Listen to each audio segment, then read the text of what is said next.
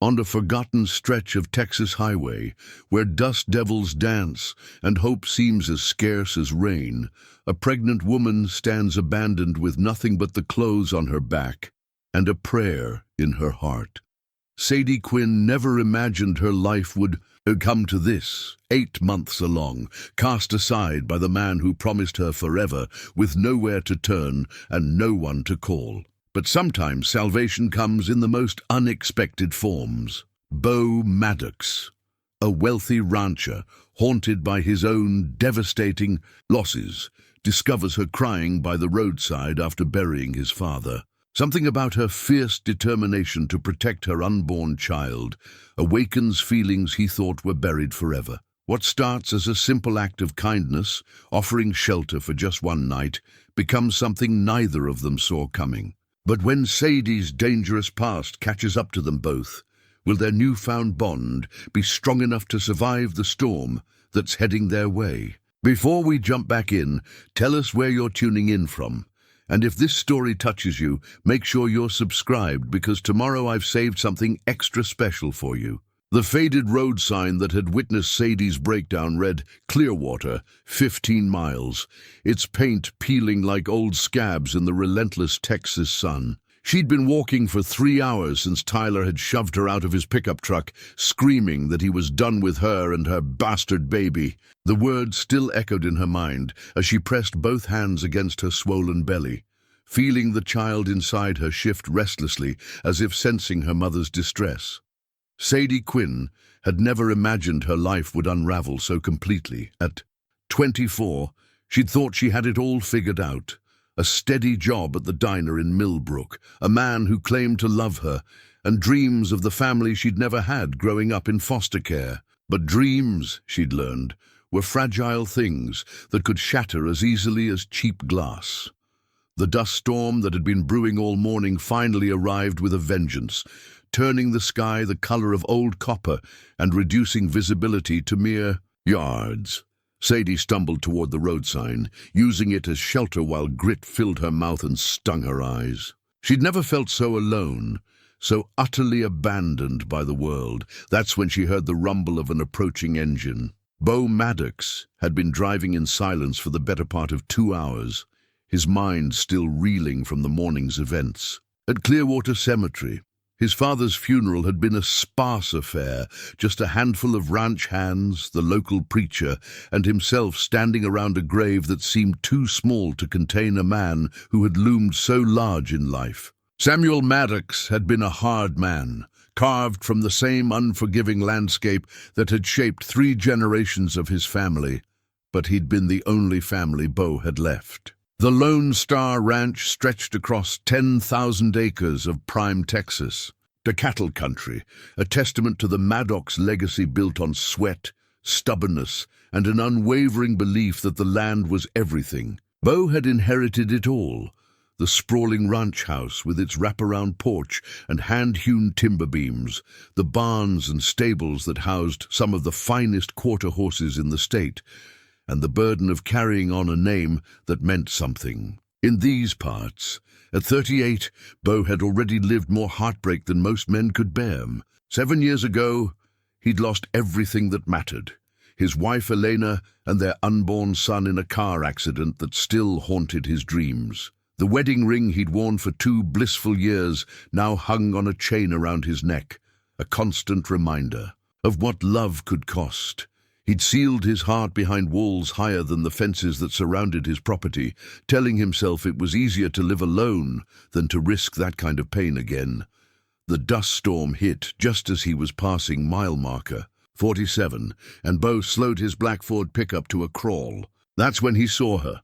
A figure hunched beneath the road sign, long dark hair whipping in the wind, one hand pressed against what was obviously a very pregnant belly. For a moment, he considered driving past. He had his own grief to deal with, his own ghosts to wrestle, but something about the way she held herself, the protective curve of her spine as she shielded her unborn child from the storm, struck him with unexpected force. It reminded him of Elena, who used to cradle their son-to-be with the same fierce tenderness. Beau pulled over and stepped out into the stinging wind. Up close, he could see she was young, maybe mid-20s, with striking green eyes that held a mixture of fear and defiance. Her clothes were simple, jeans and a blue cotton maternity top that had seen better days, but she wore them with a dignity that spoke of inner strength. "Ma'am," he called over the howling wind, touching the brim of his hat. "You need help?" Sadie looked up at the stranger, taking in his tall frame, the weathered cowboy hat, and the genuine concern in his dark eyes. He was handsome in a rugged way, with silver threading through his black hair and lines around his eyes that spoke of years spent squinting against the sun. But it was his voice that caught her attention, deep and careful, with the kind of respect she hadn't heard from a man in far too long. She started, then felt tears threaten again. She straightened her shoulders, determined not to appear weak. "I'm fine, thank you."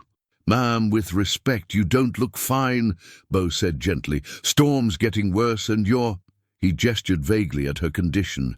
8 months, Sadie said, then immediately wondered why she'd shared that with a complete stranger. "That's my truck right there," Beau said, pointing to the Ford. "I can give you a ride wherever you need to go." Sadie hesitated. She'd been taught never to trust strangers, especially men, but something about this cowboy felt different.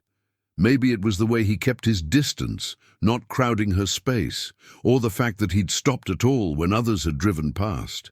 "I don't have anywhere to go," she admitted, the words tumbling out before she could stop them. Beau studied her face, seeing the exhaustion and fear she was trying so hard to hide. Against every instinct he'd developed over the past 7 years, he heard himself saying, "Well then, I reckon you'd better come home with me." The Lone Star Ranch appeared through the dust, like something from a dream, white-painted fences stretching to the horizon, pastures dotted with cattle, and at the heart of it all, a house that belonged on the cover of a magazine. The ranch house was a masterpiece of Texas architecture, all native stone and weathered wood, with windows that seemed to capture and hold the light even on this gray day. Sadie had never seen anything like it. She'd grown up in cramped apartments and foster homes, always temporary, never truly home. This place spoke of permanence, of roots that ran deep into the red earth. "It's beautiful," she whispered, as Beau pulled up the circular drive. "Been in." "My family for 3 generations, Beau said, a note of pride creeping into his voice despite his grief. "My great-grandfather built the original homestead. My grandfather expanded it, and my father, well, he made it what it is today." He helped her out of the truck, his touch gentle but impersonal, and led her up the front steps. The porch was wide and welcoming, with rocking chairs that looked like they'd witnessed countless sunsets and morning coffee conversations. Inside, the house was even more impressive. Hand-hewn beams crossed the vaulted ceiling, and a stone fireplace dominated one wall of the living room. Southwestern art and family photographs covered the walls, telling the story of generations of Maddox men and women who had called this place home. "Guest rooms upstairs, second door on the right," Beau said, setting her small bag, the only possession she had left, on a side table. "Bathrooms across the hall. You can stay as long as you need to figure things out." Sadie turned to face him, overwhelmed by his kindness. I don't have money to pay you, and I don't even know your name." "Beau Maddox," he said, extending his hand, "and I'm not asking for payment.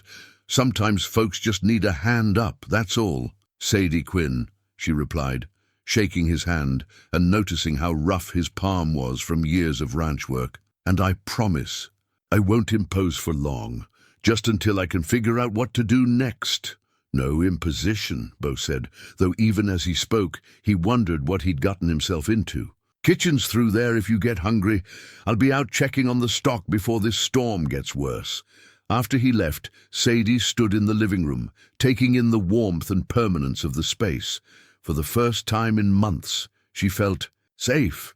The baby kicked, as if sensing the change in their circumstances, and Sadie placed both hands on her belly. "We're going to be okay, little one," she whispered. "I don't know how, but we're going to be okay." Outside, the storm raged on, But within the walls of the Lone Star Ranch, something fragile and precious had taken root, the first tentative shoots of hope in two hearts that had given up on believing in second chances.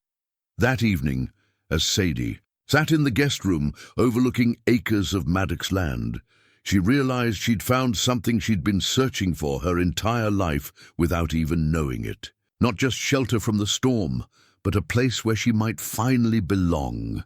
And downstairs, Beau sat in his father's old chair, touching the wedding ring that hung around his neck, and wondered if maybe, just maybe, it was time to start believing in tomorrow again. 3 days had passed since the storm, and Sadie had settled into a routine that felt almost too good to be true. She woke each morning to the sound of cattle lowing in the distance and the gentle murmur of ranch hands beginning their day. Beau had been respectfully distant, checking on her needs but maintaining the careful boundaries of a man who'd learned to protect his heart.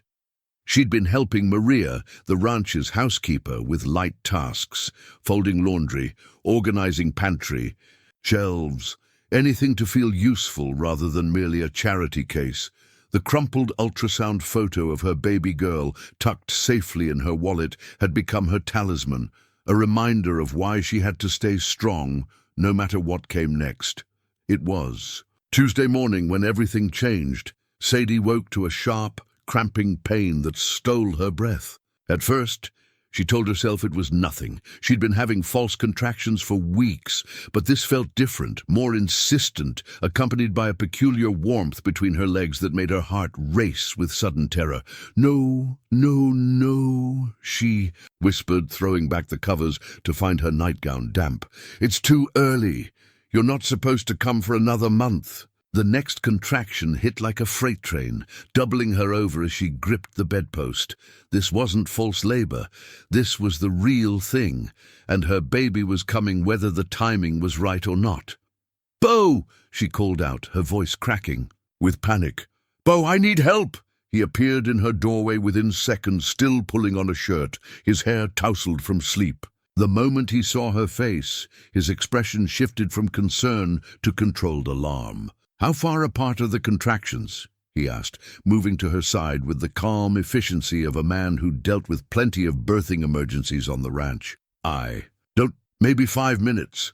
Sadie gasped as another wave of pain crashed over her. "The baby's coming, Beau. It's too early, but she's coming." Outside, the wind was howling again. Not a dust storm this time, but a winter blizzard that had blown in overnight, coating the world in a treacherous layer of ice and snow. Beau cursed under his breath as he looked out the window at the white blanketed landscape. "We need to get you to town," he said, helping her sit on the edge of the bed. "Doc Peterson's clinic is about 30 minutes in good weather." "This isn't good weather," Sadie said between gritted teeth. "No, it's not." Beau's voice was steady, but she could see the worry in his dark eyes. "But Maria's delivered calves in worse conditions, and human babies can't be that different, right?" Despite her pain, Sadie managed a weak laugh. "I hope you're joking."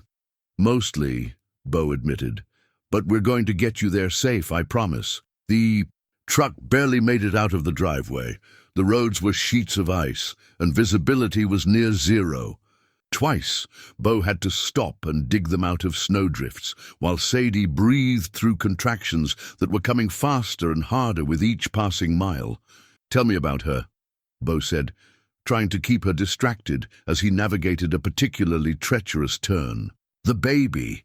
You said she—" Sadie nodded, clutching the ultrasound photo. "Hope. I'm going to name her Hope." Her voice caught. "Because that's what she is. The only good thing that came from everything that went wrong. Hope's a fine." "A name," Beau said quietly. "Strong name for a Texas girl." They were still 10 miles from town when Sadie's water broke completely, soaking the truck seat and sending panic racing through both of them. The contractions were now barely 2 minutes apart, and Sadie could feel an overwhelming urge to push. "Beau, I don't think we're going to make it," she gasped. He pulled over immediately, turning on the hazard lights even though they were the only vehicle crazy enough to be on the roads. "Okay, change of plan. We're having this baby right here."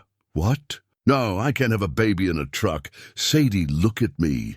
Beau's voice was calm and authoritative. Women have been having babies for thousands of years without hospitals.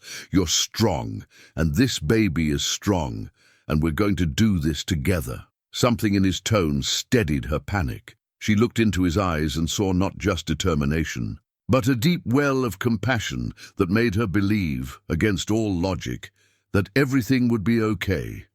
"I'm scared," she whispered. "I know, but I'm not going anywhere." The next hour passed in a blur of pain, snow, and Beau's steady voice guiding her through each contraction. He'd called 911, but the ambulance was stuck in town, unable to navigate the icy roads. They were on their own. When Hope finally arrived, she came in a rush, tiny and perfect, and absolutely furious about being born in a truck during a blizzard.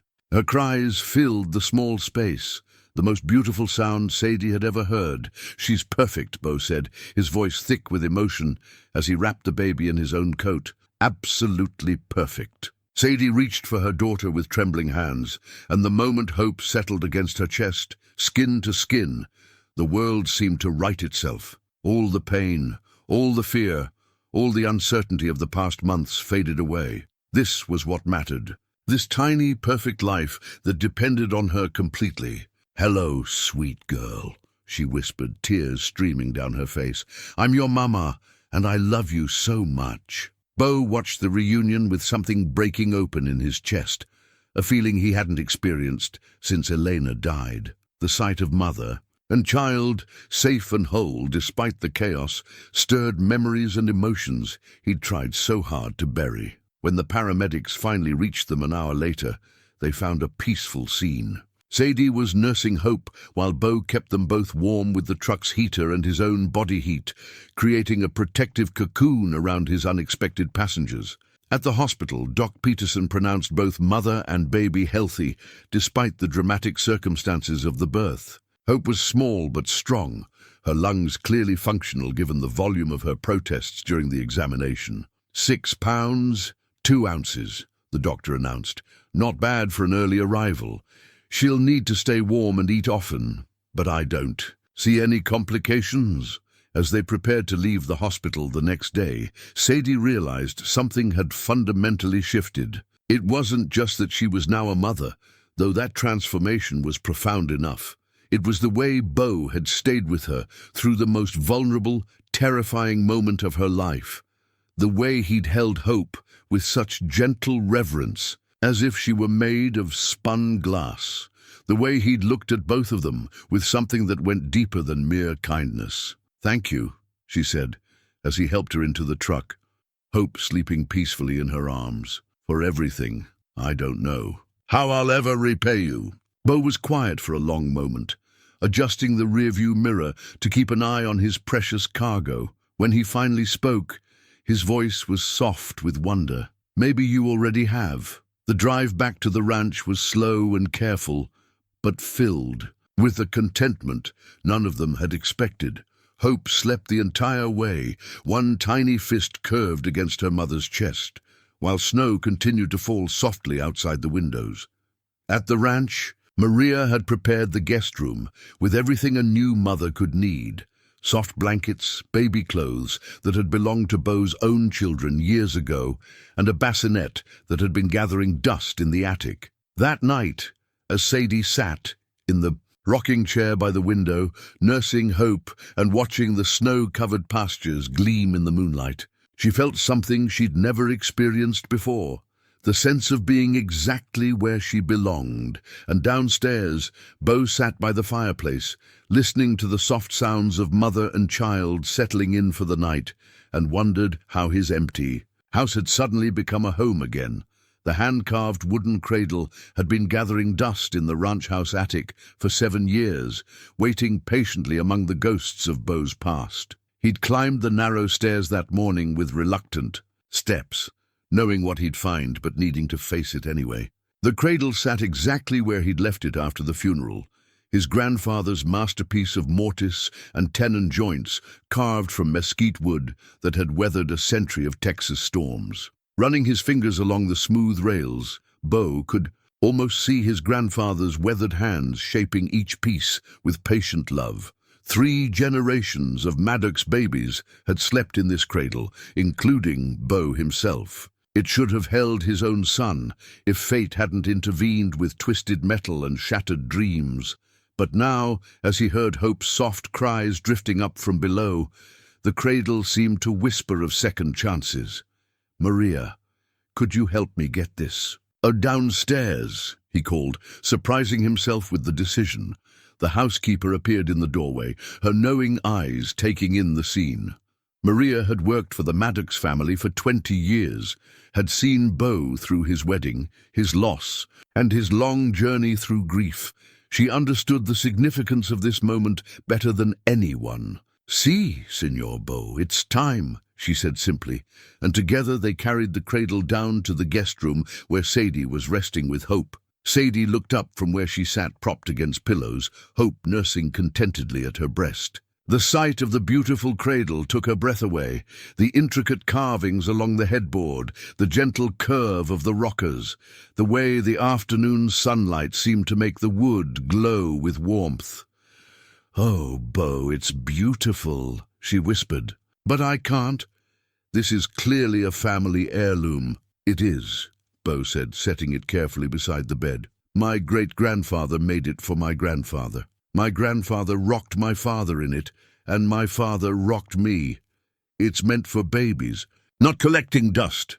He didn't mention that it had been intended for his own son, that he and Elena had spent hours discussing nursery placement and choosing the perfect mattress. Some stories were too painful to share, even now. Sadie understood anyway. There was something in the careful way he positioned the cradle, the gentle reverence with which he touched the carved rails that spoke of deep emotional significance. She'd learned to read the silences between words, the weight of things unsaid. "Thank you," she said softly.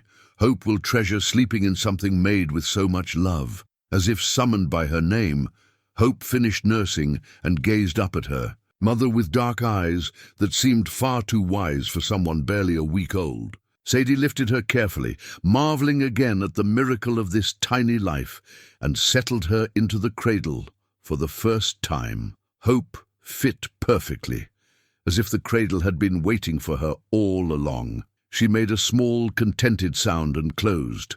Her eyes, one tiny fist curled against her cheek. "She likes it," Beau observed, and Sadie caught the note of wonder in his voice. Over the following days, a routine emerged that felt surprisingly natural. Sadie would wake early with Hope, change and feed her while the rest of the ranch stirred to life. Beau would check on them before heading out to work, bringing coffee and whatever Maria had prepared for breakfast. The easy domesticity of it all should have felt strange, but instead it felt like the most natural thing in the world. It was during one of these morning visits that Sadie first ventured outside with Hope, bundled against the crisp winter air. She'd been curious about the ranch operations, having grown up knowing nothing about cattle or horses or the rhythms of rural life. "Mind if I watch?" she asked, as Beau prepared to check on a pregnant mare in the main barn. "Course not, just keep the little one warm." The barn was a cathedral of golden wood and sweet hay smells, with shafts of sunlight streaming through high windows. Horses nickered softly in their stalls, and Sadie was surprised by how peaceful it all felt.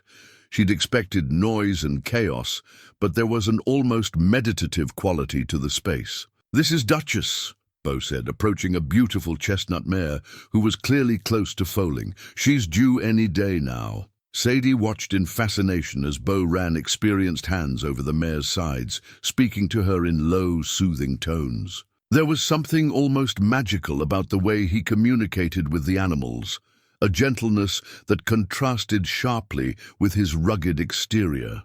"She's beautiful," Sadie said, shifting Hope to get a better view. "How many horses do you have?" 23 right now, quarter horses mostly, bred for cattle work. My grandfather started the bloodline, and we've been improving it ever since." Hope chose that moment to wake up and let out a small cry. To Sadie's amazement, Duchess immediately turned toward the sound, her ears pricked forward with interest. "She hears the baby," Beau said with a smile. "Horses are curious about new life. They understand things we sometimes miss, as if to prove. His point, Duchess stretched her neck over the stall door, breathing softly in Hope's direction. The baby stopped crying and stared up at the large, gentle creature with wide eyes. "I think she likes horses," Sadie laughed. "Maybe she'll be a cowgirl." "Could do worse," Beau said. "This land has a way of getting into your blood." They spent the morning moving through the barn, Beau explaining the different horses and their personalities while Sadie listened with genuine interest. She asked thoughtful questions about breeding programs and training methods, revealing a quick mind that absorbed information readily. It was Jake Martinez, Beau's foreman, who first noticed how naturally Sadie fit into the ranch environment. He'd been watching her interactions with the horses, the way she seemed to instinctively understand their moods and movements. "That girl's got good instincts," he told Beau later that afternoon. "Duchess took to her right away, and you know how particular that mare can be." Beau had noticed it too. There was something about Sadie that put the animals at ease, a quiet confidence that spoke of inner strength rather than bravado. She moved through the barn like she belonged there, Hope content in her arms, asking questions that showed she was truly listening to the answers. That evening, as they sat on the front porch watching the sunset paint the sky in shades of gold and crimson, Sadie found herself reflecting on how much her life had changed in just over a week. From abandoned and desperate on a roadside to sitting on the porch of a beautiful ranch, holding her healthy daughter while a good man sat nearby, it felt almost too miraculous to be real. "Beau," she said quietly, not wanting to break the peaceful spell of the moment, "I want you to know I'm not taking any of this for granted. Your kindness, the cradle, letting us stay. I know it's not easy having strangers in your home." Beau was quiet for so long, she thought he might not answer. When he finally spoke, his voice was rough with emotion. "You're not strangers anymore," he said simply. "And this house, it's been too quiet for too long." Hope stirred in her arms, making the soft sounds babies make when they're dreaming, and Sadie felt her heart swell with a happiness she'd never experienced before. For the first time in her life, she understood what it meant to feel truly safe, truly cared for. And as the stars began to appear in the vast Texas sky, both Sadie and Beau found themselves beginning to believe that maybe, just maybe, some endings were actually new beginnings in disguise. The manila envelope arrived on a Thursday morning, brought by a somber-faced lawyer who drove up the ranch's long driveway in a black sedan that looked out of place among the pickup trucks and horse trailers. Beau accepted it with the grim expression of a man who'd been expecting bad news.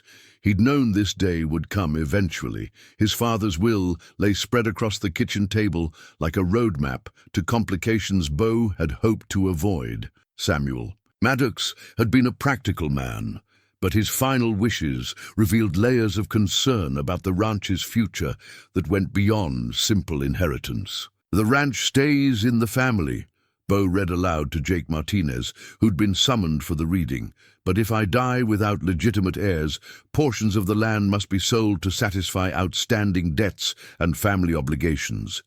Jake whistled. "Lo, how much are we talking about?" 2,000 acres, the north pasture and part of the winter grazing land. Beau's jaw tightened. "Enough to cripple the operation if cattle prices stay low?" Sadie appeared in the doorway, Hope sleeping peacefully. In her arms, she'd been about to ask about lunch preparations, but sensed the tension immediately. "I'm sorry," she said, starting to back away. "I didn't mean to interrupt." "No, stay," Beau said, surprising himself. "This affects you too, in a way." He explained the situation while Sadie listened with growing concern. She'd begun to think of the ranch as a sanctuary, not just for herself and Hope, but as something permanent and unshakable. The idea that parts of it might be sold felt like watching someone dismember something precious. "There has to be something you can do," she said. "Some way to keep the land intact." "Marriage," Jake said bluntly. "That's what your father really wanted, Beau. He was worried about the Maddox name dying with you." Beau's face darkened. "I'm not getting married for land. Jake, that's not who I am." "I know that, but your father thought, Well, he thought maybe if the right situation came along. The conversation was interrupted by the arrival of Beau's cousin Marcus, a slick Houston businessman who'd been circling the ranch like a vulture. Since Samuel's death, Marcus had never shown interest in rural life, but he understood the value of prime Texas real estate. "Beau, good to see you," Marcus said, his smile too bright and his handshake too firm. "I was hoping we could discuss the will situation. I know this must be overwhelming for you." "I'm managing fine, Marcus. Of course, but you have to be practical. Cattle ranching isn't what it used to be. The smart money is in development, residential, communities, maybe a golf course. I have investors ready to make very generous offers." Sadie watched the exchange with growing unease. She could see the pain in Beau's eyes as his cousin casually discussed dismantling generations of family legacy. Without thinking, she stepped forward. "Surely there are other options," she said. "The ranch is profitable, isn't it?" Marcus's gaze shifted to her with barely concealed dismissal. "And you are?" "Sadie Quinn. I'm staying here temporarily." "I see?" Marcus's tone suggested he saw quite a bit more than Sadie was comfortable with. "Well, Miss Quinn, ranching is a complicated business. Sometimes sentiment has to give way to economic reality." After Marcus left with vague threats about legal action and family obligations, Beau retreated to his father's study. Sadie found him there an hour later, staring at family photographs that lined the walls, generations of Maddox men and women who'd worked this land, fought for it, died for it. "I'm sorry about earlier," she said quietly. "I shouldn't have inserted myself into family business." "You were defending something you care about," Beau said without turning around. "Nothing wrong with that. Do you want to talk about it?" Beau was quiet for so long she thought he might not answer. When he finally spoke, his voice was heavy with 7 years of accumulated grief. "Elena and we tried for 3 years to have a baby. When she finally got pregnant, we were so happy. We started planning everything, the nursery, college funds, teaching him to ride. We were going to have 4 kids, maybe 5. Fill this house with laughter again." He picked up a photo from the desk, a wedding picture showing a younger, happier Beau with his arm around a beautiful dark-haired woman. The night she died, we'd been arguing about names. She wanted Samuel after my father. I wanted something more modern. Such a stupid thing to argue about. His voice cracked slightly. "I never got to tell her she was right." Sadie felt tears sting her eyes. "She knew you loved her, Beau. Love doesn't need perfect words." "Sometimes I think the ranch is cursed," he continued. "My grandfather lost 2 sons in World War II. My father lost my mother when I was 12. I lost Elena and our boy. Maybe Marcus is right. Maybe it's time to let someone else carry the burden. Or maybe," Sadie said gently, "it's time to stop seeing love as a burden and start seeing it as a gift." Hope chose that moment to wake up, making soft baby sounds that filled the heavy silence. Beau turned to look at them, mother and child silhouetted in the doorway of his father's study, and something shifted in his chest. "Can I ask you something?" Sadie said. "If money wasn't an issue, if you could keep every acre, would you want to?" "Yes," Beau answered without hesitation. "This land is who I am, who my family has always been. Then we figure out how to make that happen." "We?" Beau raised an eyebrow. Sadie felt heat rise in her cheeks. "I mean, I know I don't have any right to say we. I'm just a guest here, and temporary at that." "Are you?" Beau asked quietly. "Temporary?" The question hung between them, loaded with possibilities neither had dared to voice. Sadie looked down at Hope, who was gazing up at Beau with the trusting expression she reserved for people she considered safe. "I don't know," Sadie admitted. "I've never had a place to belong before. I don't know what permanent looks like." "Maybe that's something we figure out together," Beau said, and for the first time since the lawyer's visit, his voice held hope. Instead of resignation, that evening they sat on the porch, while Hope slept in her carrier between them, watching the sun set over land that had shaped 5 generations of the Maddox family. The weight of uncertain futures hung over them, but so did something else, the growing recognition that they'd found in each other something worth fighting for. "Whatever happens with the will," Sadie said quietly, "I want you to know that these weeks here have been the happiest of my life." "Mine too," Beau admitted, "and that scares me more than losing the land, because losing land was just business. Losing love again would be survival itself, hanging in the balance." But as hope stirred between them, and the first stars appeared, in the vast Texas sky, both Beau and Sadie began to understand that some risks were worth taking, especially when the alternative was living half a life. Spring arrived with a gentle persistence that surprised Sadie with its beauty. She'd never experienced the subtle transformation of a Texas ranch emerging from winter, the way wildflowers painted the pastures in vibrant blues and reds, how the mesquite trees budded with tender green leaves, and the almost musical quality of new calves calling to their mothers across the warming fields. It was while organizing her few possessions that she found it again, her high school diploma, carefully preserved in a plastic sleeve at the bottom of her small bag. "Valedictorian, class of 2018, it proclaimed in elegant script. She'd been so proud that day, walking across the stage with dreams of college and career stretching endlessly before her. Those dreams had gotten derailed by Tyler's promises and her own desperate need to be loved, but holding the diploma now, she felt a familiar stirring of ambition. "What's that?" Beau asked, appearing in the doorway with hope in his arms. He'd taken to carrying the baby around the ranch while Sadie handled household tasks, and the sight of the big, gentle cowboy cradling her tiny daughter never failed to make her heart skip. "Ancient history," Sadie said, but she didn't hide the diploma.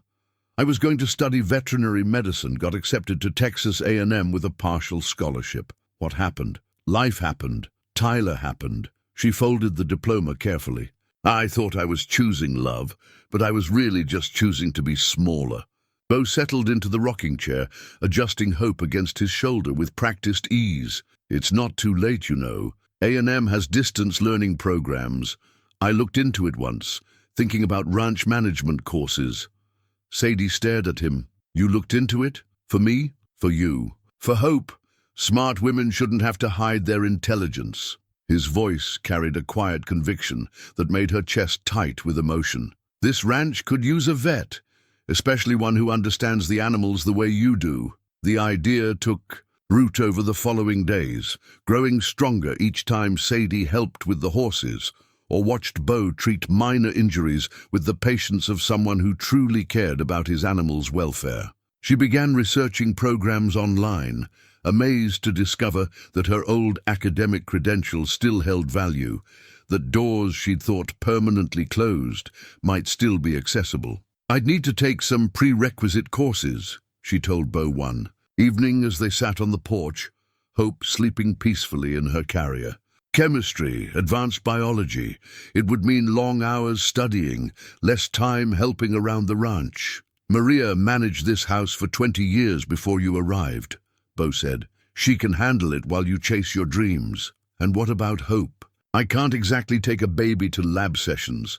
Hope has a whole ranch full of people who love her, including a certain cowboy who's gotten pretty good at changing diapers." Sadie felt tears threaten. In her entire life, no one had ever encouraged her ambitions with such simple, unwavering support. Tyler had always found reasons why her dreams were impractical, selfish, unrealistic. But Beau spoke about her future as if it were not only possible, but inevitable. She enrolled the next week. The reaction from the townspeople was immediate and largely disapproving. Clearwater was a small community where everyone knew everyone else's business, and Sadie's presence at the Lone Star Ranch had been the subject of considerable speculation. A young woman with a baby, no visible husband, living with the town's most eligible bachelor. It was exactly the kind of situation that set tongues wagging. "That girl's got some nerve," Sadie overheard at the hardware store, where she'd gone to pick up supplies for a fence repair. "Living off Beau Maddox's charity, and now expecting him to put her through school too. Mark my words, she's after his money. another voice added, sweet-talking her way into his bed and his bank account. Sadie felt her face burn with shame and anger. She'd always known what people would think, but hearing it spoken aloud was like a physical blow. She hurried through her purchases and fled to the truck, where Hope slept peacefully in her car seat, blissfully unaware of the judgment surrounding her mother. At the post office, the disapproval was more subtle, but equally cutting. Mrs. Henderson, the postmaster, who'd known the Maddox family for decades, handed over Sadie's college materials with pursed lips and pointed silence. "Thank you," Sadie said politely, refusing to be cowed. Mrs. Henderson replied, making it clear exactly what she thought about unmarried mothers who accepted handouts from decent men. The worst incident came at the grocery store, where Sadie encountered a group of women she recognized as pillars of the local church community. Their conversation stopped abruptly when she approached, but she caught enough to understand they'd been discussing her situation. "Excuse me," she said quietly, needing to reach the baby formula they were blocking. The women moved aside with exaggerated politeness, but one of them, a sharp-faced woman named Carol Preston, couldn't resist a parting shot. "Such a shame," she said loudly enough for half the store to hear, "when some people take advantage of good Christian charity. I suppose there are those who think playing house makes them family." Sadie's hands shook as she completed her shopping, every whisper and sideways glance feeling like a condemnation. By the time she reached the ranch, she was fighting back tears of humiliation and self-doubt. Beau took one look at her face and set down his coffee cup. "What happened?" "Maybe this is a mistake," Sadie said, not meeting his eyes. "Maybe I should find somewhere else to go. People are talking, and they're not saying kind things about either of us. Let them talk." "Beau, they think I'm using you. They think I'm some kind of gold digger who seduced you into supporting me and my baby. Do you care what they think?" The question was so simple, so direct, that it stopped her spiral of anxiety. Did she care? She cared about Beau's reputation, about Hope growing up in a place where her mother was respected rather than whispered about. But did she care about the opinions of people who would judge without knowing her story? "I care about you," she said finally. "I care about Hope. I care about this ranch and the life we're building here." "Then that's all that matters." Beau stepped closer, his voice gentle but firm. "Sadie, I've lived in this town my whole life. I know these people, and I know they mean well, but they don't know you. They don't see what I see." "What do you see?" "I see a woman who's survived more than most people could handle. I see a mother who would do anything for her child. I see someone who makes this ranch feel like home again." He paused, seeming to gather courage. "I see the best thing that's happened to me in 7 years." Hope chose that moment to wake up and fuss, breaking the intensity of the moment but not its meaning. As Sadie lifted her daughter and felt Beau's solid presence beside her, she realized that the opinions of others mattered far less than the truth they were building together. That evening, as she opened her first college textbook in 6 years, Sadie felt a familiar thrill of intellectual challenge. Chemistry had always been her favorite subject, the way elements combined to create something entirely new. It seemed like an appropriate metaphor for her life, how separate pieces could come together to form something stronger and more beautiful than anyone had imagined possible. Hope's first tooth appeared on a Tuesday morning in late spring, a tiny white pearl that transformed her gummy grin into something that made both Sadie and Beau laugh with delight. It seemed impossible that this perfect little creature had been in their lives for only 6 months. Impossible that there had ever been a time when her babbling didn't fill the ranch house with music. "Look at that," Beau said, letting Hope grip his finger with surprising strength. "She's growing up too fast." "Tell me about it," Sadie agreed, though her voice carried a note of something deeper than simple parental pride. "Sometimes I can't believe this is real, this life, this place. She trailed off, suddenly shy about the direction of her thoughts. Over the past months, their relationship had evolved into something that felt like a family, without either of them quite knowing how to define it. Beau helped with nighttime feedings, taught Hope to clap her hands, and spoke to her in the gentle tone he used with nervous horses. Sadie had taken over much of the ranch's bookkeeping, applied her natural organizational skills to inventory management, and proved surprisingly gifted at spotting sick cattle before the symptoms became obvious. They worked together with an ease that felt both natural and miraculous, but the question of what they were to each other remained carefully unexamined territory. "Sadie," Beau began, then stopped, running a hand through his hair in the gesture she'd learned meant he was wrestling with something important. "What is it?" "I've been thinking about what you said, about Hope's first birthday coming up, about making it special for her." Sadie smiled. "She won't remember it, but I want photos. Maybe a little celebration with Maria and Jake. What about making it bigger? What about inviting the whole community?" Sadie's smile faded. "Beau, after everything that's happened in town, all the gossip—" "Exactly. Let them see us as we really are. Let them see Hope happy and loved. Let them see you as part of this community whether they like it or not." The idea terrified and thrilled her in equal measure. Since the incidents at the stores, she'd largely avoided town except for absolute necessities. The thought of deliberately putting herself and Hope in front of the people who'd been so quick to judge felt like walking into a lion's den. "What if they don't come? What if they do come, but just to gawk?" "Then we'll know where we stand," Beau said simply. "But I think you might be surprised. People here aren't all bad, Sadie. They're just slow to change, suspicious of outsiders. Once they see who you really are..." 3 weeks later, the ranch was transformed for Hope's birthday party.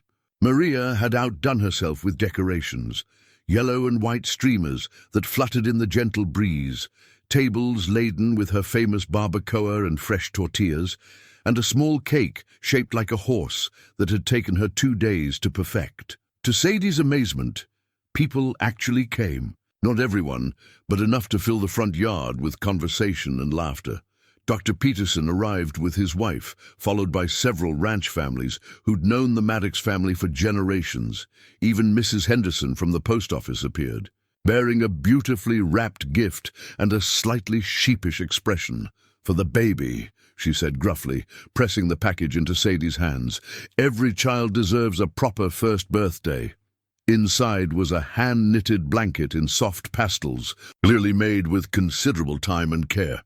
Sadie felt tears prick her eyes as she realized the judgment she'd experienced might have been covering something more complex. A community's protective instincts toward one of their own, slowly giving way to acceptance of the new reality. Hope, dressed in a frilly yellow dress that made her look like a tiny sunflower, was the undisputed star of the celebration. She clapped her hands at the singing, smeared cake all over her face with obvious delight, and charmed even the most reserved guests with her infectious giggles. It was during the gift opening that the moment Sadie would remember forever occurred. Hope had been fussing, tired from all the excitement, when Beau scooped her up and began walking toward the house. Instead of calming down, Hope began reaching over his shoulder, making the demanding sound she used when she wanted something. "Specific. What is it, sweetheart?" Beau asked, turning around. Hope stretched her arms toward Sadie, but when Sadie moved to take her, the baby shook her head and pointed at something else entirely. It took them a moment to realize what she wanted. Both of them. Together, I think. "She wants a family picture," Dr. Peterson's wife suggested, pulling out her camera. "All 3 of you." For a heartbeat, Sadie hesitated. A family picture felt like claiming something that might not be hers to claim. But then Beau's arm settled around her shoulders, warm and sure, and Hope babbled happily between them. And suddenly, it felt like the most natural thing in the world. "Smile," the photographer said, and they did. Later, as the guests departed and the sun began to set, Sadie found herself standing in the kitchen washing dishes while Beau dried. It was such a domestic scene, so utterly ordinary and yet so precious, that she had to pause and absorb the moment. "Thank you," she said quietly, "for today, for everything. I never thought I'd have this kind of life." "What kind of life?" "Normal. Happy. safe. She set down the plate she'd been washing. "Beau, I need to tell you something." "Okay. I'm falling in love with you." The words hung in the air between them, simple and terrifying and absolutely true. Beau set down his dish towel and turned to face her fully. "Sadie, I know this complicates things. I know you're still grieving Elena, and I'm not trying to replace her or rush you into anything. But I needed you to know, because keeping it secret was starting to feel like lying." Beau was quiet for so long that Sadie began to regret her honesty. Then he reached up and touched the chain around his neck, the one that held Elena's wedding ring. "I've been carrying this for 7 years, he said, "afraid that letting go meant forgetting her, betraying what we had. You don't have to let go. Maybe I do. Maybe holding on so tight has kept me from seeing what's right in front of me." He looked at her with eyes that held a lifetime of pain. "And the first tentative shoots of hope. I'm falling in love with you too, Sadie. Have been for months. And that terrifies me more than losing the ranch ever could. Why? Because loving you means risking everything again. It means believing in forever when I know how quickly forever can end."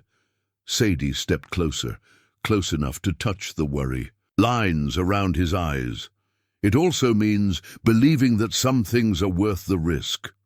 Outside, Hope was babbling to herself in her crib, making the contented sounds of a baby who knew she was loved and safe. The sound seemed to settle something in both of them, a reminder that they'd already been taking risks for months. The risk of caring, of building a life together, of becoming a family in all but name. "So, what happens now?" Beau asked. "Now we take it one day at a time," Sadie said. "We keep building this life we've stumbled into. We see where love takes us."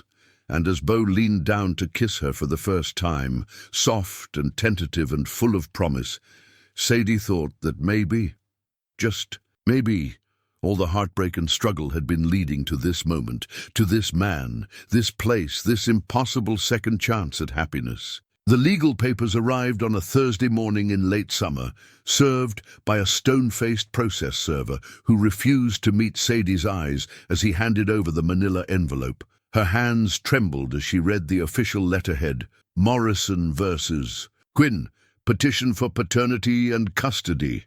Tyler Morrison." Even seeing his name in print made her stomach clench with remembered fear. "Beau!"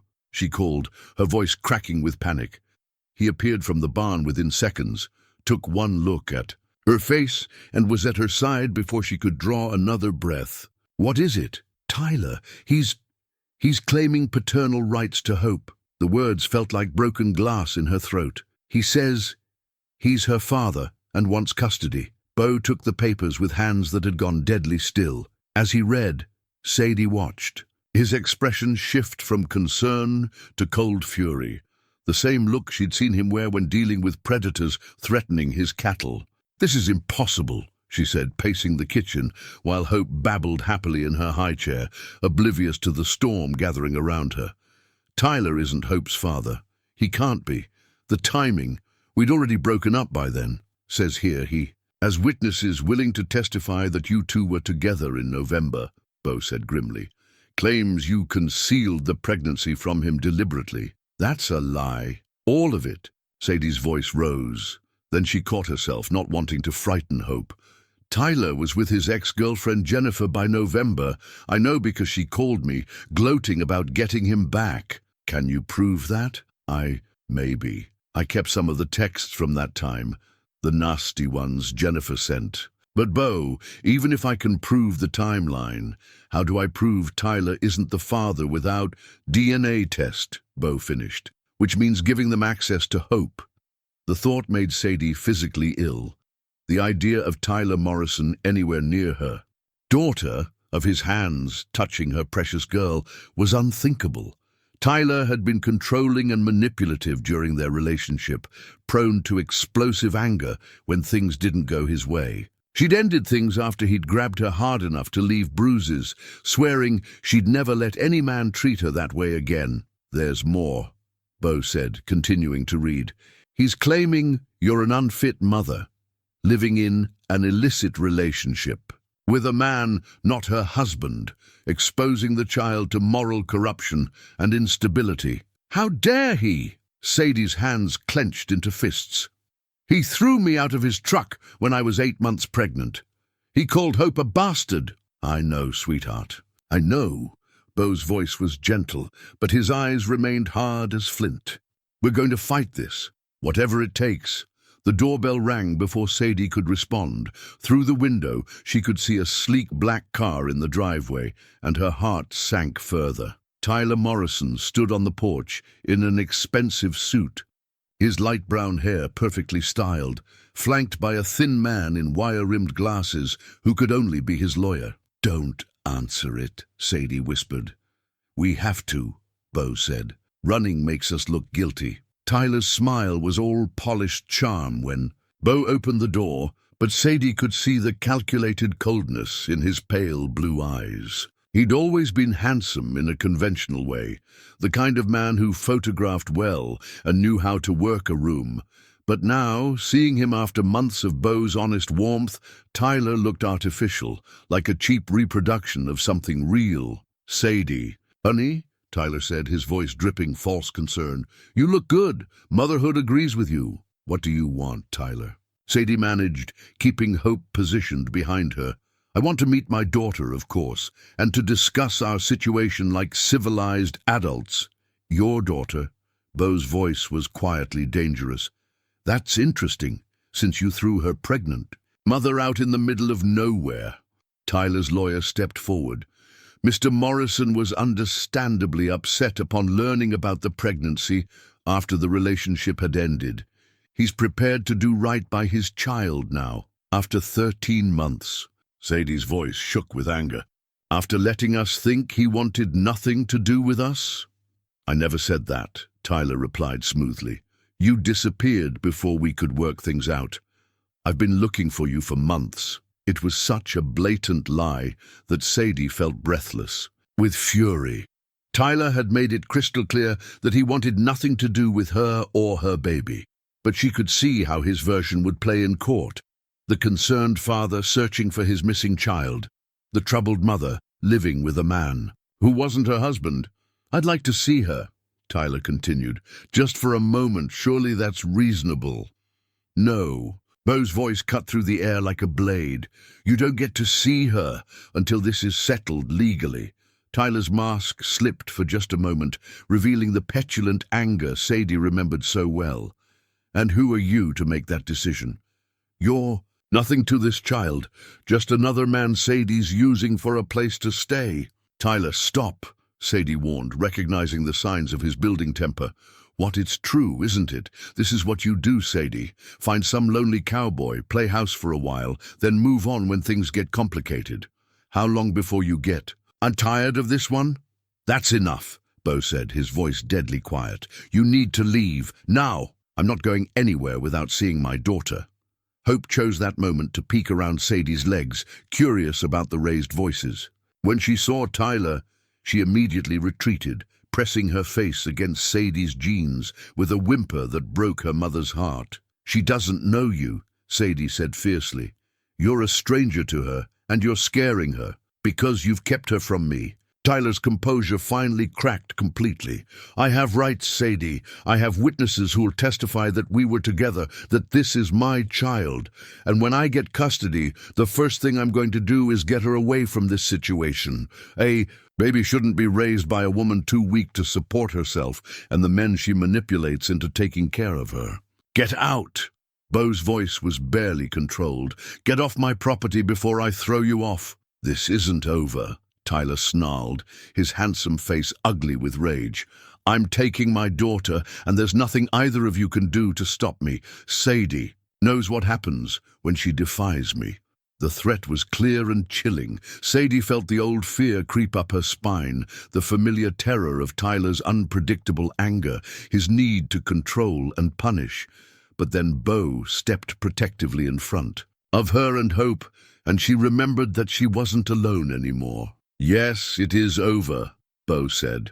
"And if you ever threaten them again, you'll discover exactly what happens when you mess with a Texan's family." After Tyler and his lawyer left, Sadie collapsed into a kitchen chair, shaking with reaction. Hope crawled into her lap, sensing her Mother's distress, while Beau immediately began making phone calls to his own lawyer, to friends who might have connections in the legal system, to anyone who might help them fight. "How did he find us?" Sadie asked when Beau finished his calls. "I was so careful.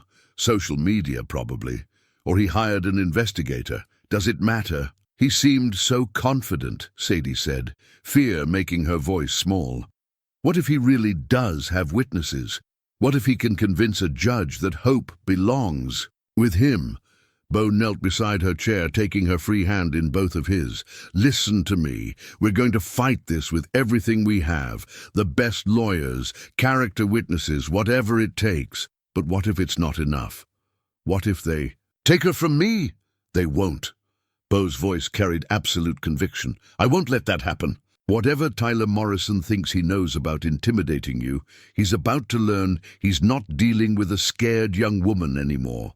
He's dealing with a family." That night, as Hope slept peacefully in the hand-carved cradle that had become her sanctuary, Sadie and Beau sat up making plans and preparing for the battle ahead. The custody papers lay spread across the kitchen table like a declaration of war. But surrounding them were photos from Hope's birthday party, veterinary textbooks, ranch ledgers, evidence of the life they'd built together. "Whatever happens," Sadie said quietly, "I want you to know that these months with you have been the best of my life. If Tyler takes Hope, if we lose, we won't lose," Beau interrupted. "Because what we have is real, and what Tyler's offering is just another form of control. Hope belongs with people who love her, not with someone who sees her as a possession to be won." As dawn approached and they finally tried to sleep, both Sadie and Beau knew their peaceful world had been shattered. But they also knew they would fight with everything they had to protect the family they'd unexpectedly found in each other, even if it meant going to war with the past that refused to stay buried. The military service medal lay heavy in Beau's palm, its bronze surface dulled by years of storage in a forgotten drawer. He hadn't looked at it since returning from Afghanistan 15 years ago, hadn't wanted to remember the man he'd been before Elena softened the edges that war had sharpened. But Tyler Morrison's threats had awakened something in him, a cold, calculating readiness that came from knowing exactly how dangerous desperate men could become. "Reconnaissance and strategic operations," the medal read. What it didn't say was that Beau Maddox had spent 3 tours hunting the kind of men who used fear as a weapon, who preyed on the vulnerable and innocent. He'd hoped never to need those skills again, but protecting Sadie and Hope was worth becoming that man once more. "We have a problem," his lawyer, Robert Chen, announced during their emergency meeting 2 days later. "Tyler Morrison has produced 2 witnesses who claim they saw you and him together in November, a bartender and a motel clerk." "That's impossible," Sadie said, her face pale with exhaustion. She'd barely slept since the custody papers arrived, jumping at every sound, constantly checking on Hope. "I wasn't with Tyler in November. I was working double shifts at the diner, saving money for the baby. Can you prove that?" "My timesheets. Maybe. My manager might remember. But Beau, what if people lie? What if Tyler paid them to say whatever he wanted?" Robert's expression was grim. In family court, witness testimony carries significant weight, especially when it comes to establishing paternity. Without a DNA test proving Tyler isn't the father, we're fighting an uphill battle. "Then we get the DNA test," Beau said, "which requires surrendering Hope to court-supervised visitation while the test is processed. Minimum 2 weeks, possibly longer if Tyler requests extended evaluation time." Sadie felt the room spin. 2 weeks. He could take her anywhere in 2 weeks. What if he runs? What if he hurts her? "The court has safeguards."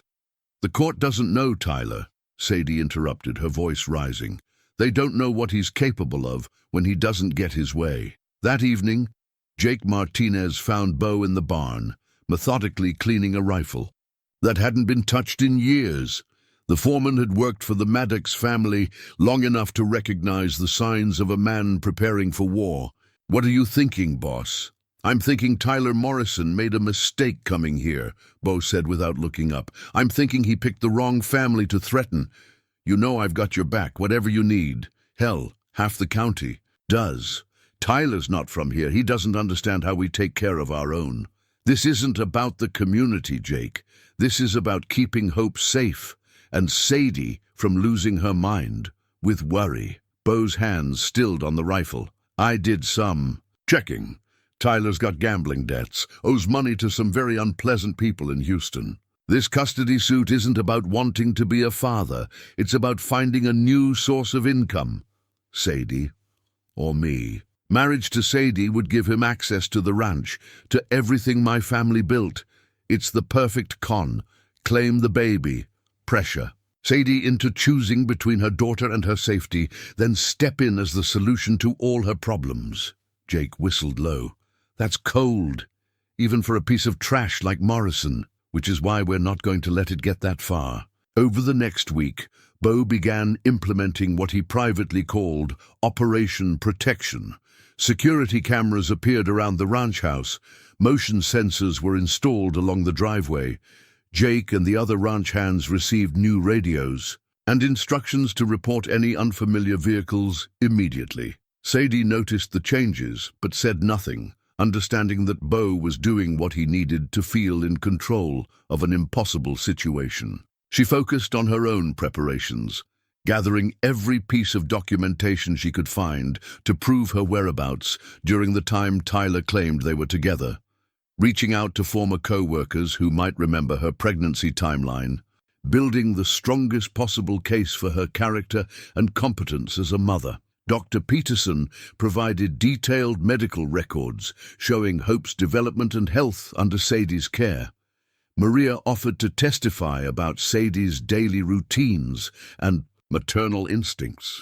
Even Mrs. Henderson from the post office came forward with character references, having apparently decided that whatever reservations she'd had about the situation paled beside the threat of an outsider trying to tear apart a family. But it was Father Miguel from the local Catholic Church who provided the most devastating piece of evidence. "I remember Tyler Morrison," the elderly priest said when Sadie approached him after service. "He came to me last November asking about annulment procedures, said he needed to end his marriage quickly because he was planning to propose to someone else." Marriage? Sadie's heart stopped. Tyler was married to a Jennifer something, pretty girl, very upset when she came looking for him the next week, said he'd run off with another woman, left her with debts and a broken lease. The revelation hit Sadie like a physical blow. Tyler had been married when they were together, which meant her entire relationship with him had been built on lies. It also meant he couldn't legally claim paternity of Hope if he was married to someone else at the time of conception. "Father Miguel, would you be willing to testify to this?" "Of course, my dear. A man who would abandon his wife and then try to steal another man's child. That's not the kind of person who should raise a little one." Armed with this new evidence, Robert Chen felt cautiously optimistic about their chances. But Beau's military instincts told him Tyler wouldn't go down without a fight, and desperate men were capable of desperate measures. His concerns proved justified when the first break-in attempt came 3 nights later. Beau woke to the soft chime of a perimeter alarm, instantly alert in the way that had kept him alive in Afghanistan. Through the bedroom window, he could see a shadow moving near the barn, too large to be an animal, too stealthy to be innocent. He was dressed and armed within 30 seconds, moving through the house with practiced silence. Sadie and Hope slept peacefully, unaware of the threat prowling outside their sanctuary. The intruder was attempting to jimmy the lock on the barn's back door when Beau found him. A thin, nervous man in dark clothes who jumped like a startled deer when the motion sensor lights blazed on. "You're on private property," Beau said quietly, his rifle trained on the man's center mass. "Care to explain what you're doing here?" I was just," the man stammered, clearly not expecting armed resistance. "You were just looking for something to steal? Or someone paid you to case the place?" The man's guilty expression told Beau everything he needed to know. This wasn't random crime. This was reconnaissance, preparation for something bigger. "Here's what's going to happen," Beau continued, his voice carrying the authority of someone accustomed to being obeyed. "You're going to get in your car and drive away. You're going to tell whoever sent you that the Lone Star Ranch is not an easy target. And if I see you or anyone like you on my property again, you'll discover that some of us take trespassing very seriously in Texas." The man fled without another word. But Beau knew this was just the beginning. Tyler was probing for weaknesses, testing their defenses. The real attack would come soon. The next morning brought news that confirmed Beau's fears. Robert Chen called, with an update that made Sadie's blood run cold. "Tyler's filed an emergency motion, claiming Hope is in immediate danger," the lawyer reported. "Says he has evidence that you're living with an unstable, potentially violent man who's threatening anyone who tries to exercise legitimate parental rights." "That's insane," Sadie protested. "He's claiming Beau threatened him during their last encounter, that the ranch is essentially an armed compound where a child isn't safe. He wants immediate temporary custody pending the DNA results." "When's the hearing?" "Tomorrow morning, 9 a.m. Sadie felt the walls closing in. Tyler was moving faster than they'd anticipated, using their own protective measures against them. The security cameras and increased vigilance that made her feel safe were being painted as evidence of paranoia and instability. That night, as she lay listening to Hope's peaceful breathing, Sadie made a decision that broke her heart but felt like her only option. "I have to leave," she told Beau as they sat on the porch in the pre-dawn darkness. "Take Hope and disappear before the hearing.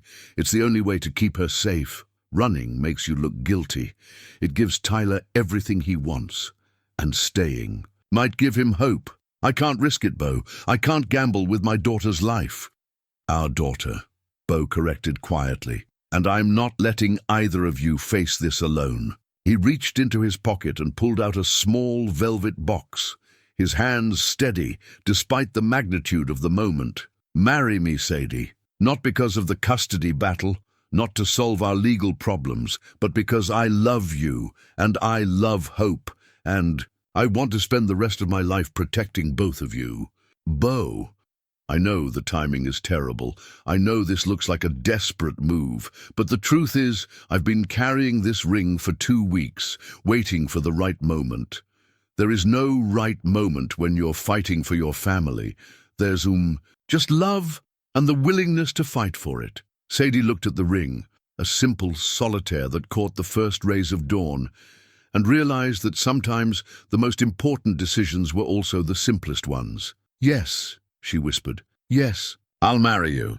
As the sun rose over the Lone Star Ranch, painting the sky in shades of hope and determination, Beau and Sadie held each other and prepared to face whatever Tyler Morrison could throw at them. They would go into court not as a desperate woman and her benefactor, but as a unified family willing to fight for their right to stay together. The battle was about to begin, but they would face it together. The judge's gavel rested on the bench like a sword of Damocles, its potential to shatter lives hanging heavy in the courthouse air. Judge Margaret Sullivan had presided over family court in Clearwater County for 23 years, and her weathered face showed the weight of countless decisions that determined children's fates. Today, that weight seemed particularly pronounced as she reviewed the emergency custody petition that had brought them all here. Sadie sat beside Robert Chen at the plaintiff's table, her hands clasped so tightly in her lap that her knuckles had gone white. Behind her, Beau occupied the front row with quiet intensity, his presence a steadying force, even though he couldn't sit with her. Hope was safe at the ranch with Maria, but Sadie felt her absence like a physical ache. Across the aisle, Tyler. Morrison looked every inch the concerned father in his expensive navy suit and perfectly styled hair. His lawyer, a sharp-faced woman named Patricia Westbrook, who specialized in high-stakes custody battles, had arranged her materials with military precision. Tyler's performance of paternal anxiety was Oscar-worthy. The worried furrow of his brow, the way he glanced toward the door as if hoping his daughter might appear. "Mr. Morrison," Judge Sullivan began, "you've filed an emergency petition claiming immediate danger to the minor child. Please present your evidence." Patricia Westbrook rose with practiced confidence. "Your Honor, my client has only recently discovered the location of his daughter after months of desperate searching. What he found horrifies him. The child's mother, living unmarried with a man who has turned his ranch into an armed compound, threatening anyone who dares question his authority." "Objection," Robert Chen interjected. "Inflammatory language without factual basis. Sustained." "Ms. Westbrook, stick to evidence." "Of course, Your Honor." Mr. Morrison attempted to visit his daughter in a peaceful manner, only to be threatened with violence by Beau Maddox. Witnesses will testify that Mr. Maddox brandished weapons and made explicit threats against my client's safety. Tyler took the stand with rehearsed composure, his testimony a masterpiece of half-truths and emotional manipulation. He spoke of sleepless nights, wondering about his daughter's welfare, of the shock of discovering Sadie living in an irregular situation with a man known for his volatile temper. "I just want what's best for my baby girl," Tyler said, his voice breaking just enough to seem genuine. "When I saw her cowering behind her mother, terrified of strangers, I knew I had to act. No child should live in that kind of environment. Sadie felt sick listening to his lies, watching him twist their protective love into something sinister. The Tyler she knew, controlling, manipulative, capable of explosive anger, had disappeared behind this mask of concerned fatherhood. "Mr. Morrison," Robert Chen began his cross-examination with deceptive mildness, "you claim to have been searching for your daughter for months. Can you provide any evidence of this search?" I hired investigators, made phone calls, yet. "You have no receipts, no contracts, no documentation of any kind?" Tyler's composure flickered. "I paid cash. These weren't the kind of investigators who give receipts." "I see. And when did you first learn about this pregnancy?" "Sadie told me." "In October, but we weren't together then, so you assumed the child wasn't yours?" "Yes, but then I started thinking about the timing, and I realized I might have been wrong." Robert leaned forward slightly. "Mr. Morrison, where were you on November 15th of last year? I don't remember specific dates." "Your Honor, I'd like to introduce Defense Exhibit A, a marriage certificate showing that Tyler Morrison married Jennifer Patricia Wells on October 3rd of last year." The courtroom erupted in murmurs. Tyler's face went ashen as Robert continued. "Defense. Exhibit B is a sworn affidavit from Father Miguel Santos, stating that Mr. Morrison came to him in November seeking an annulment from his then-wife because he wanted to marry someone else. This directly contradicts his testimony about when he learned of the pregnancy and his relationship status during the alleged conception period." Patricia Westbrook was on her feet. "Objection! This is outside the scope of goes to credibility, Your Honor," Robert countered. "Mr. Morrison has built his entire case on a timeline that his own marriage certificate proves impossible." Judge Sullivan's expression had turned thunderous. "Mr. Morrison, are you currently married?" Tyler's lawyer whispered urgently in his ear before he answered. "We're separated, Your Honor. Have been for months." That wasn't the question. "Are you legally married?" "Technically, yes, but..." "So you're a married man, claiming paternity of a child allegedly conceived while you were married to another woman, and you expect this court to grant you custody?" The silence that followed was deafening. Sadie felt the first stirring of hope as she watched Tyler's careful facade crumbling under the weight of his own lies. "Your Honor," Patricia Westbrook tried to recover, "my client's marital status doesn't negate his paternal rights if DNA testing proves..." "DNA testing?" Robert Chen smiled grimly. "Your Honor, I'd like to call our final witness, Dr. Amanda Foster, geneticist at Houston Methodist Hospital." Dr. Foster, a professional woman in her 50s, took the stand with scientific precision. Your Honor, I was contacted by Mr. Chen to review the medical records and timeline provided by both parties. Based on the documented dates of the child's birth and medical assessments of gestational age, conception would have occurred between February 20th and March 5th of last year. And the significance of this timeline, Doctor. According to the medical records provided by Mr. Morrison himself, he was hospitalized for emergency appendectomy from February 18th through March 8th of last year, with strict medical restrictions on physical activity for an additional 2 weeks. The medical impossibility of conception during this period, combined with his marital status to another woman, makes his paternity claim not just unlikely, but physically and legally impossible. Tyler shot to his feet, his careful mask finally slipping completely. This is ridiculous. You can't prove anything. That baby looks just like me. Mr. Morrison, Judge Sullivan's voice cut through his outburst like a blade. You will sit down and remain silent, or I will hold you in contempt. But Tyler was beyond reason now, his true nature finally emerging. This is all lies. Sadie's just trying to keep my daughter from me because she found herself a rich cowboy. She's nothing but a gold-digging bailiff, Judge Sullivan commanded, and Tyler found himself restrained before he could finish his venomous accusation.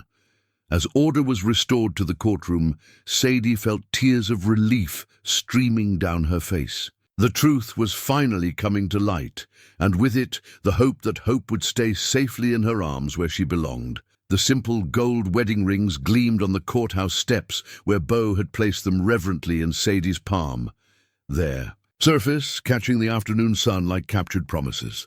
They weren't the elaborate set Elena had worn, nor were they chosen in the leisurely romance of normal courtship. These rings had been purchased in a rush that morning from Henderson's jewelry, picked not for their beauty, but for their meaning, a symbol of unity in the face of those who would tear them apart. Judge Sullivan's decision had been swift and decisive. Mr. Morrison, she'd pronounced with the authority of someone who'd seen every variety of family deception, your petition is not only denied, but borders on fraudulent.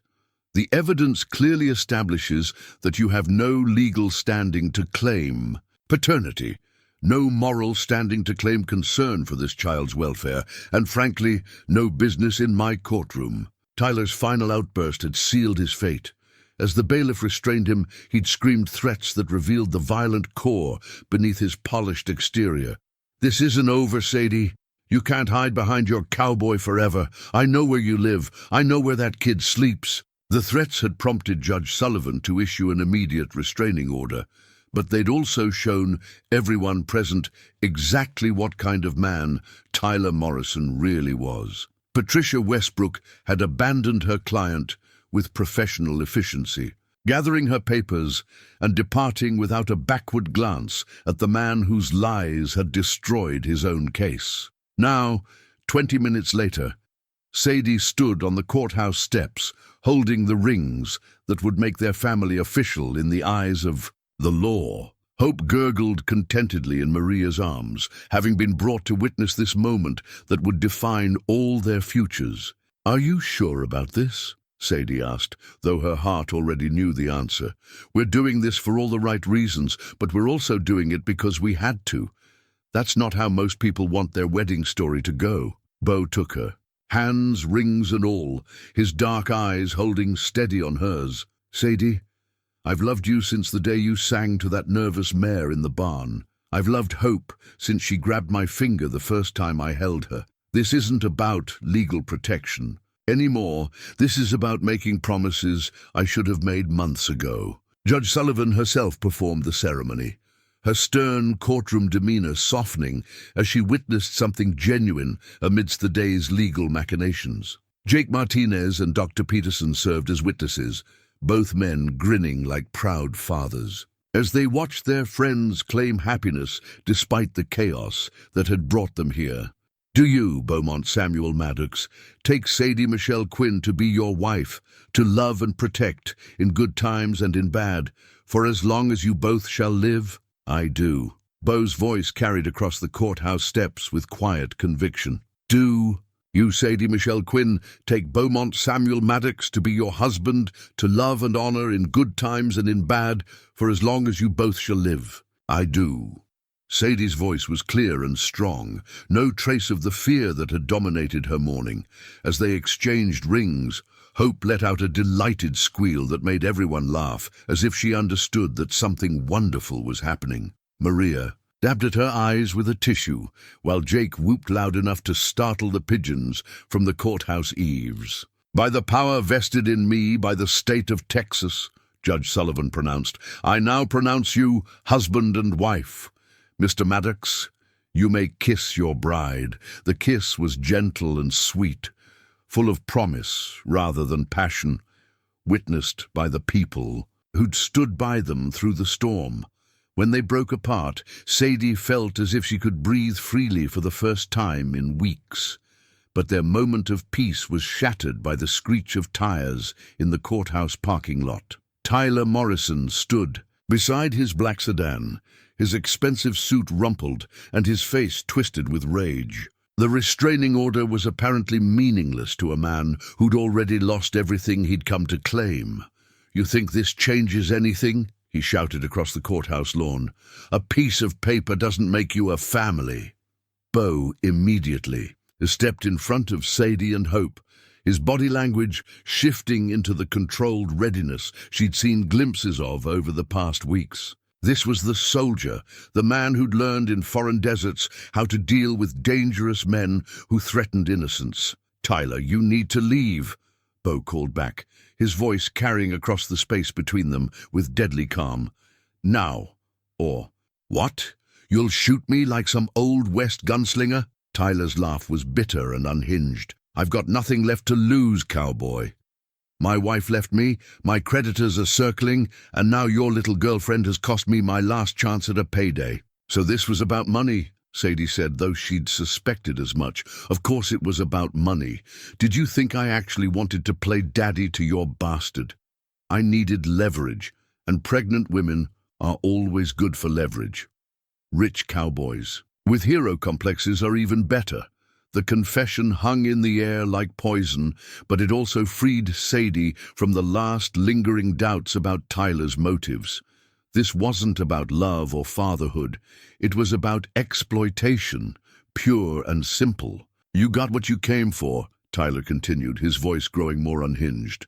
"But I'm not walking away empty-handed. If I can't have the kid, if I can't get to your money, then maybe I'll settle for making sure nobody else can either." The threat was clear and immediate. Tyler's hand moved toward his jacket, and Beau's military training kicked in with lethal efficiency.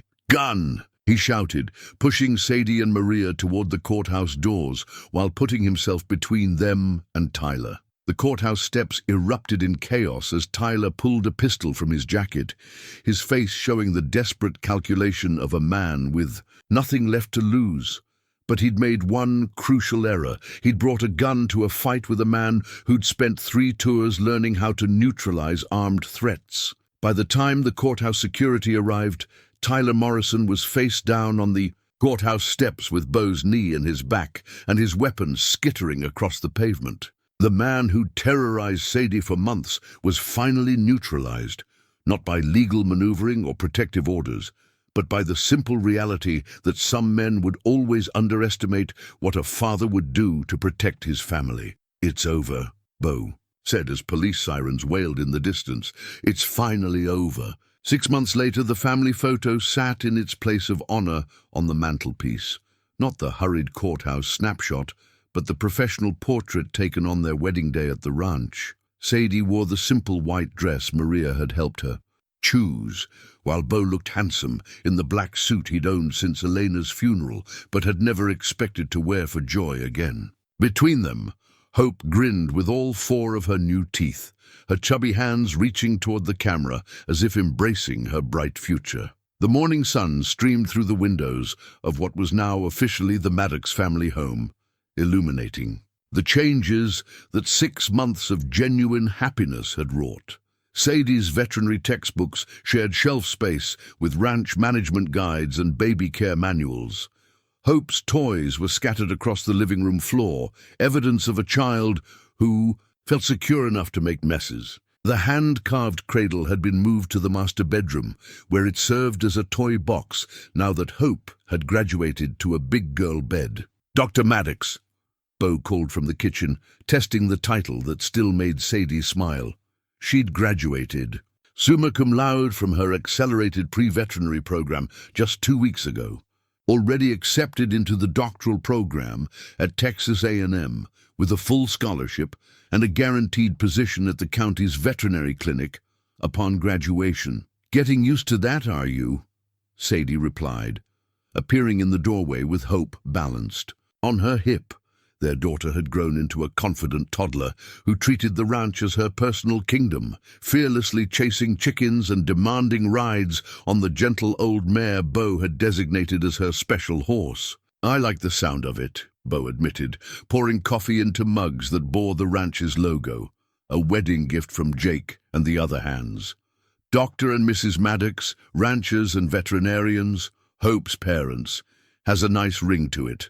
The official adoption papers had been finalized 3 months ago, with Judge Sullivan personally overseeing the process that made Beau legally Hope's father. The ceremony had been even more emotional than their wedding, watching their daughter become a Maddox in name as well as heart. Tyler Morrison was serving a 5-year sentence for assault with a deadly weapon, attempted kidnapping, and fraud. His wife, Jennifer, had divorced him while he awaited trial, and his gambling debts had resulted in bankruptcy proceedings that ensured he'd have no resources to cause further trouble even after his release. Sadie rarely thought about him anymore, except to feel grateful that Hope would never remember the man who'd tried to claim her.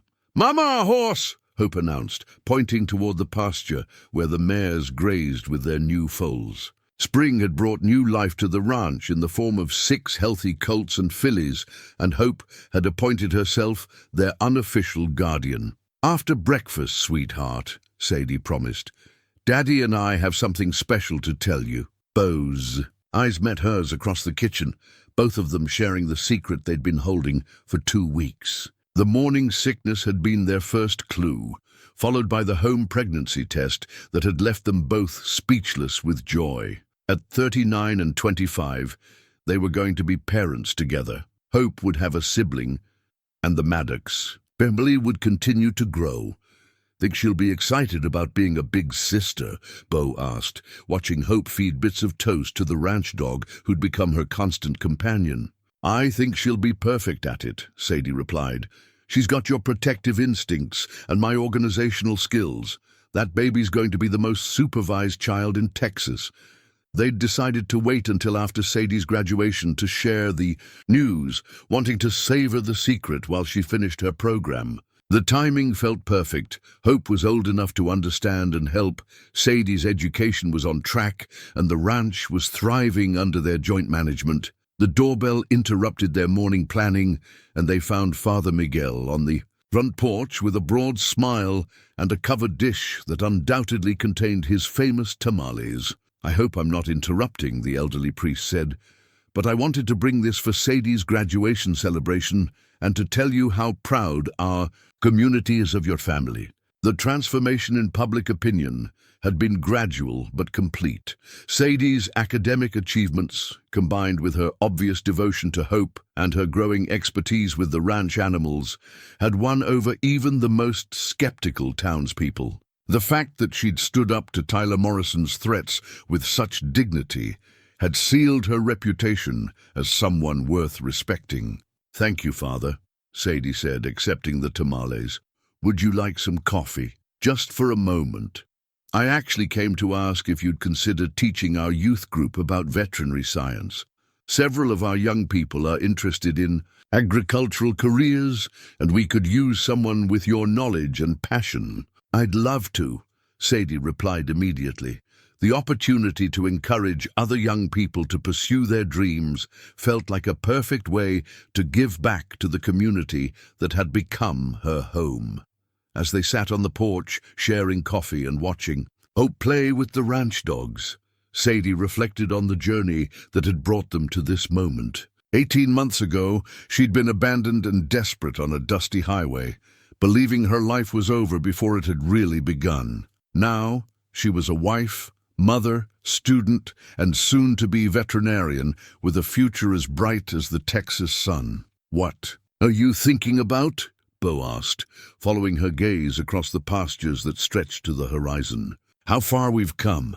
How good Hope looks running around this place like she owns it. How perfect everything feels right now. Even with morning sickness and midnight studying and a toddler who thinks 5 a.m. is a reasonable wake-up time. Especially because of all that," Sadie laughed.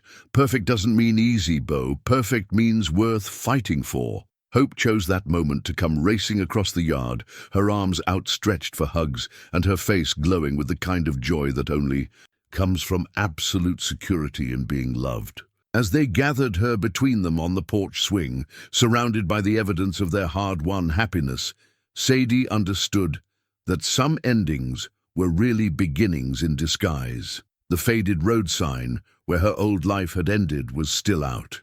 There somewhere, weather-beaten and forgotten, but here on the Lone Star Ranch, surrounded by love and possibility, Sadie Maddox had found something she'd searched for her entire life without knowing it.